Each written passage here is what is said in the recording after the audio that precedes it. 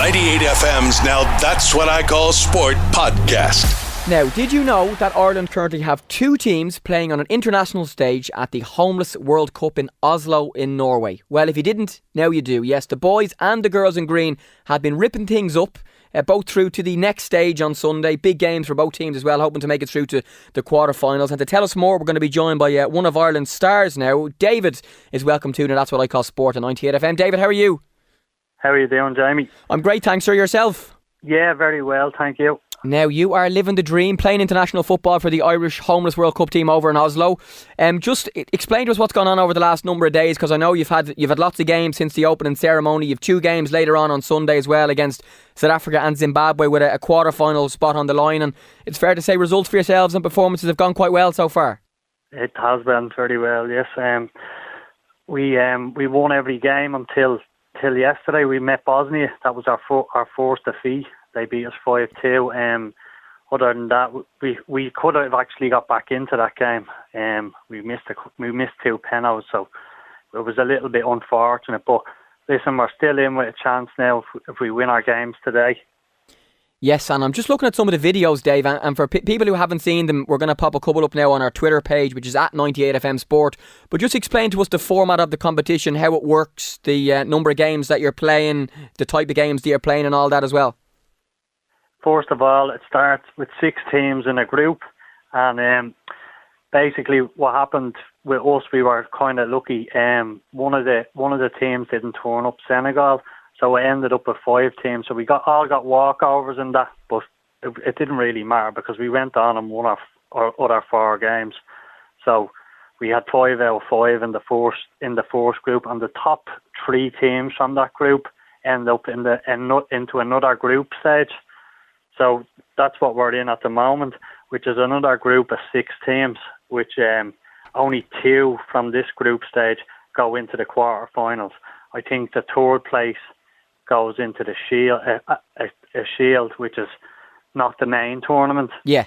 So if we beat Zimbabwe and South Africa, we'll go into the quarterfinals.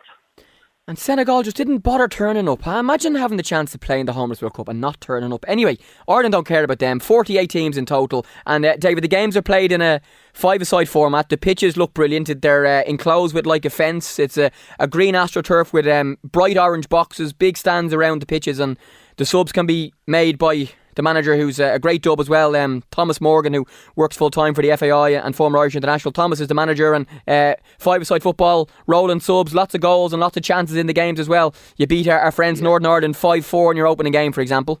Yeah, well, it's a really quick tempo, so it means you could give it all for 3 or 4 minutes and you could be took off because you're puffing, after a couple of minutes. It's really high intensity, so. And as you said, the goals kind of fly in here and there, So you could be up by a couple of goals, and you could come back really quickly. Yeah. Russia, we were being beaten by Russia 4-1, and we got it to 4-all, which it ended going to penalties, which we won. That ended up winning the game. Yeah, and if we look at the results so far as well, things have been really good, as we said, into the second group stage and a chance to make the quarterfinals. What sort of standard are the other teams that you're facing? Like there's teams from all over the world. As we mentioned, Senegal decided just not to turn up, but all the other teams that you played, like today you'll play South Africa and Zimbabwe. I'm sure they're going to be 2 tough games as well. Yeah, well, what I've learned is they all kind of bring their own thing, depending on what part of the world they're in. We kind of get in people's faces, and some teams don't like that. Other teams, like your Eastern European teams, are quite physical, and there's all different types of ways of playing. Our strong point is getting in people's faces. On the context of the tournament overall, just explain to me the idea behind it, and I think the honour of you guys being able to go and play for Ireland, as I said, on an international stage as a Homeless World Cup team, because looking at the photos and the videos and all the stuff on social media and speaking to the people who are in charge of the tournament, it is a real honour for you guys to have been picked to go and play for Ireland on a stage like this. Oh yes, of course. Well, most of us would have difficulties in the past, and like most of us have got our lives on track now, and it's like a stepping stone for keep on moving forward, and to I suppose make a success from something and have that kind of in the locker for when you do go forward, and it's something that you'll greatly remember, I'm sure you will. And you mentioned there, David, about the issues and the problems that a lot of the players have had in the past. I should say you're on That's What I Call Sport on 98 FM on Sunday. It's Jamie Moore here speaking to David, who's one of the members of the Irish Homeless World Cup team playing over in Oslo in Norway at the moment. And we had the awful story this week and the news of Jack Watson, a local man here who died on Suffolk Street, not far from our studios here in 98 FM. And there's been 3 homeless people have died in Ireland this week alone. David, just give us your own background as to how you became homeless and the issues and the problems that you would have originally had.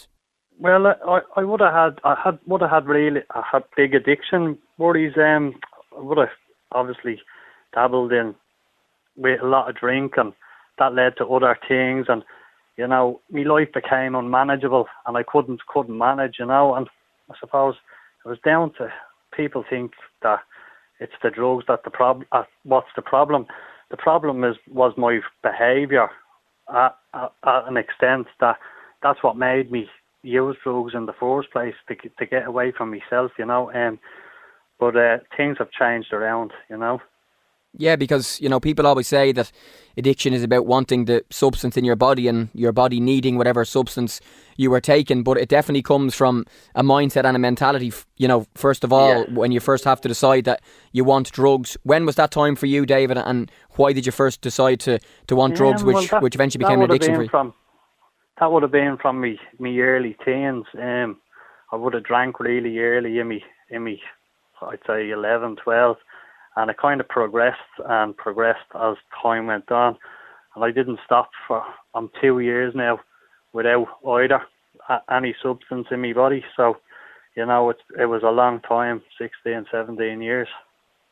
How long did you spend, when you became homeless and you had no home, you had nowhere to live, you were a drug addict, you were a drinker? I'm not sure necessarily if you were an alcoholic, but certainly you mentioned that you were drinking from the age of 11, which is very, very young. Just talk us through that period in your life when you were actually homeless. Well, that was a really difficult part of my life.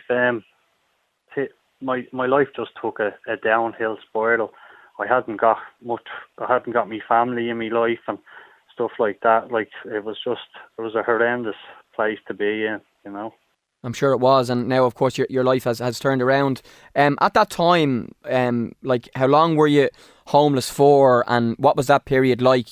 For example, now in Dublin, the winter is coming. You can see it's September now. I get up at 6 in the morning, 6 mornings a week to go to work, and it's now dark when I'm getting out of bed, and that sort of stuff as well. It's going to get cold coming up to the winter months, and we've had people die this week, and it's not even been cold. So just talk me through your own period on the streets, how long you were there, and what all that was like. I was there for months, and it was just horrendous. I used to end up, I was trying to knock things on the head at the time as well, and I couldn't do it all at once. It was very difficult while I was in that, and I used to kind of head out towards my mum's house and stuff like that. They'd only tolerate so much of me because of the way I was, but I used to try to stay out of town at the time because I was trying to actually do something about the problem I had, but because town I felt really at unease in town, because of it's so dangerous with the problems.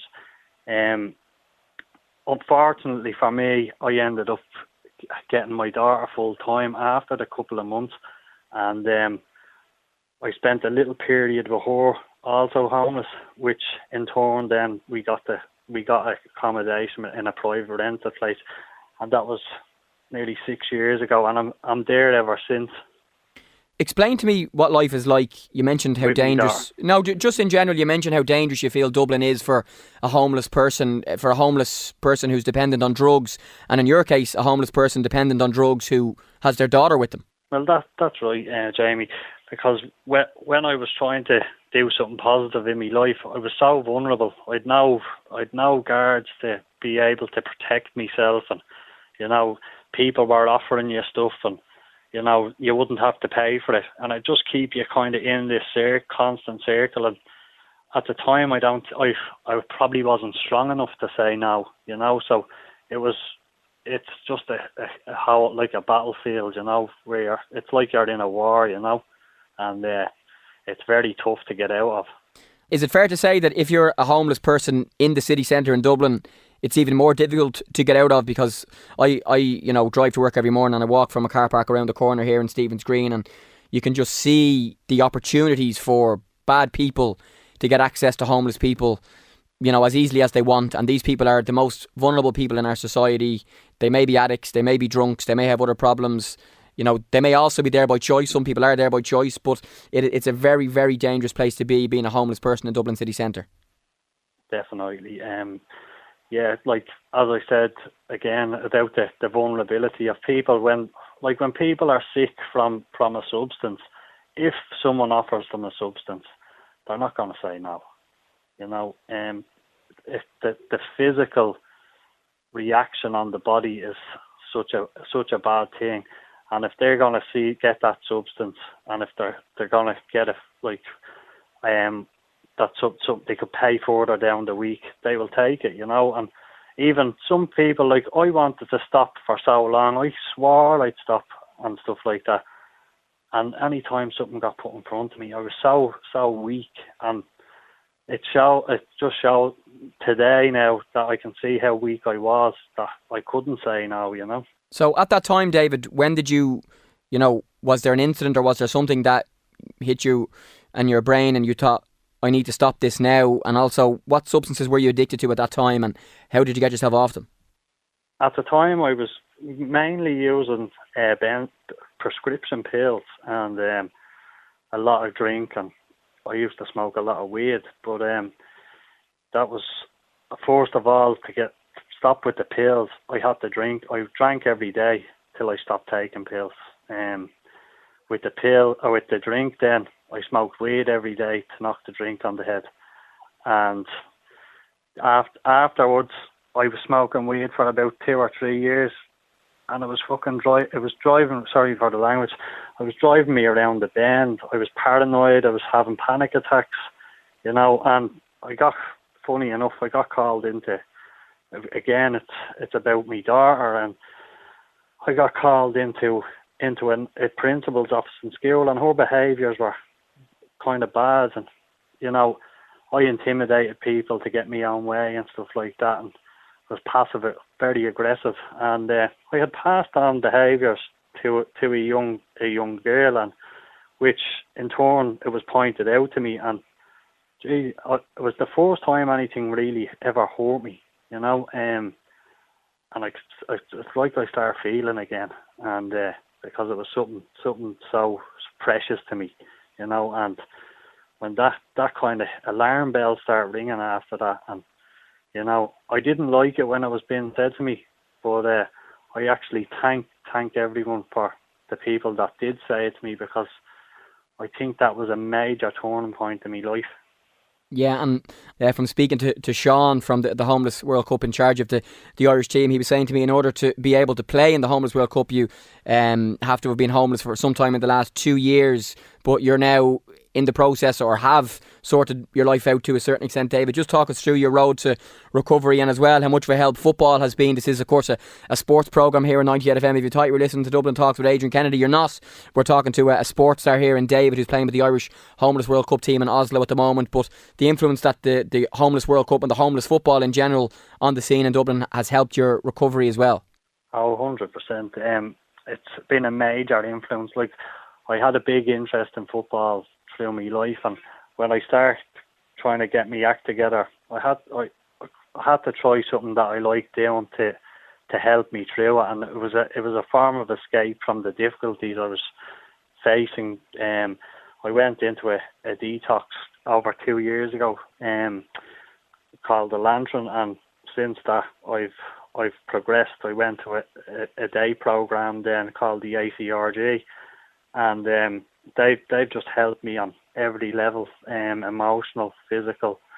I can't talk very highly about the place, that it's made me into the person and made me believe that I can be a successful person. Will you ever go back? No. I hope not. Yeah, no, Just fantastic. for today, I won't. Yeah, fantastic to hear as well. And we'll finish as we started, David, on a sports question, a football question. 2 big games on Sunday for the Irish Homeless World Cup team against South Africa and Zimbabwe. I understand you guys have a couple of key players injured, unfortunately, but if you can pick up a couple of good results, you'll be into the quarter-finals. So just a final word on the matches against South Africa and Zimbabwe and your hopes to go and win them. Yeah, well, I'm still really confident. We're hoping that the lads might pull through for tomorrow. But I mean, it's a team effort at the moment, and everyone's starting to dig in. A couple of us got a chance today, and we've done what we had to do. I put a hat trick in myself today, and you know it's starting to fall into place. There's a great team spirit here. As squad captain, I think that I really believe that we can do this and progress to the quarterfinals. Well, certainly, David, if the Irish soccer team, the senior team, had you, they might have had a chance because we were speaking off air about how bad that match was. And I'm sure you guys don't play that long ball rubbish that the Irish senior team play, do you? No, not at all. No, not at all indeed. That is the voice of the Irish Homeless World Cup team captain. His name is David. David, thank you so much for your time and your honesty about the football and also about your life on the streets and your rebuilding of the life as well. The best of luck, and we're going to chat to you guys again next weekend when you're home too. Thanks, David. Cheers, Jamie. Thanks. 98 FM's Now That's What I Call Sport. Back live this Sunday morning from 9. 98 FM.